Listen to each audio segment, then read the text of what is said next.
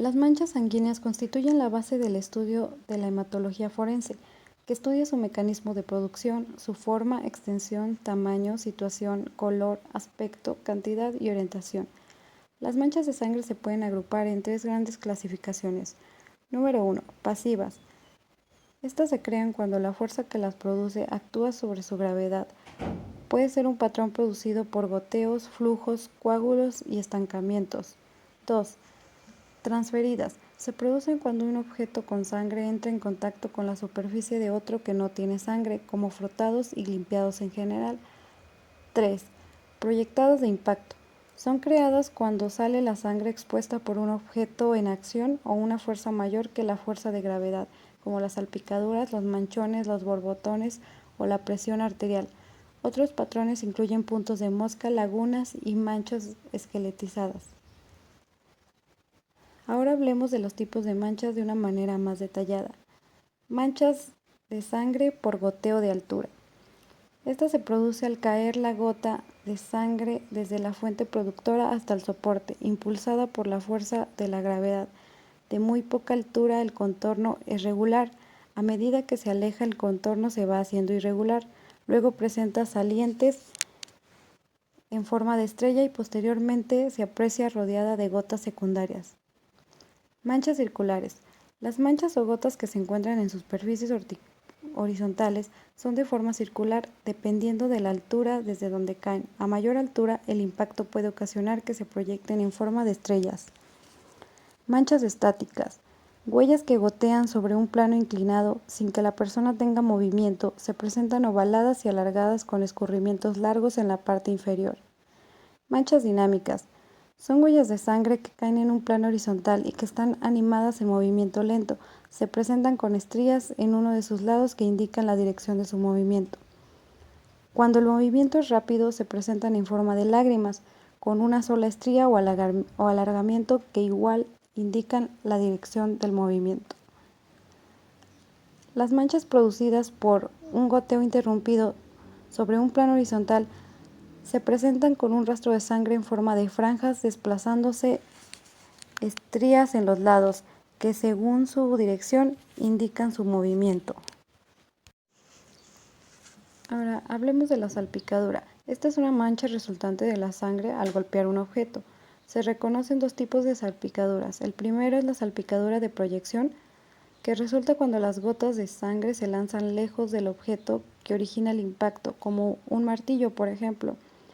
Las salpicaduras retroproyectadas se causan por gotas que se proyectan hacia el objeto, pero en general serán más claras y las manchas más pequeñas que en una salpicadura de proyección. Ahora, las manchas de desprendimiento son el resultado de la sangre al separarse o proyectarse desde un objeto ensangrentado en movimiento. Las manchas desprendidas son lineales y reflejan la posición de la persona que mueve el objeto sanguinolento. Manchas de lanzamiento. Es el patrón de la mancha creada cuando la sangre es sacudida o tirada a una superficie u objeto en movimiento.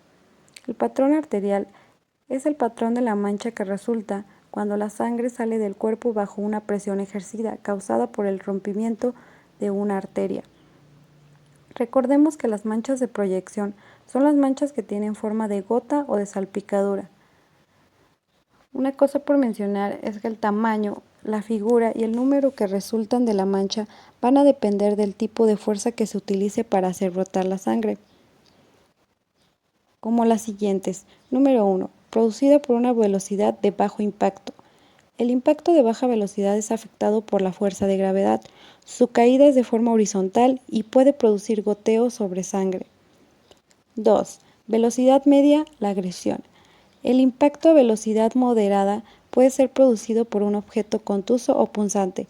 Puede producir flujo o charco arterial.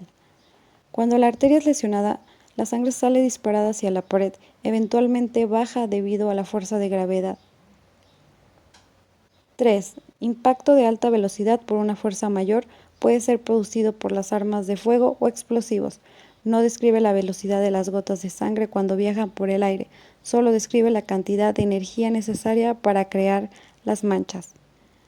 Ahora pasemos con las manchas de contacto, que son muchas que contienen huellas de manos, dedos, pies, glúteos u otras partes del cuerpo que previo a su fijación ya estaban cubiertas de sangre. También se produce por el contacto directo de la fuente productora y el soporte, por ejemplo, las manchas de la sangre de las prendas que están en contacto directo con la herida. También existen las llamadas manchas de escurrimiento, que tienen forma de regueros o charcos y usualmente quedan impregnadas en el lugar donde el cuerpo ha perdido la mayor parte de su volumen sanguíneo. La sangre se desliza por el soporte impermeable desde la fuente productora cuando el desplazamiento se hace sobre un soporte inclinado se forma un reguero.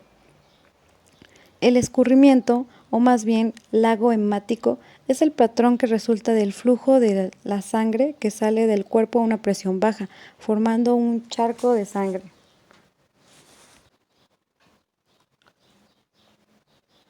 Manchas de impregnación. Son las manchas de sangre que de los cuerpos de las víctimas pasan a plasmarse en objetos circundantes como muebles, alfombras, ropa, colchones, tierra, etc. También se produce cuando la mancha de sangre traspasa la textura del soporte.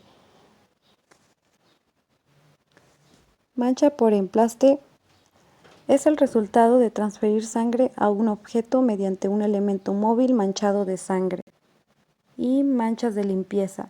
Son manchas de sangre que se encuentran en objetos que el victimario utilizó para quitar los rastros de sangre del cuerpo, vestimenta o armas utilizadas.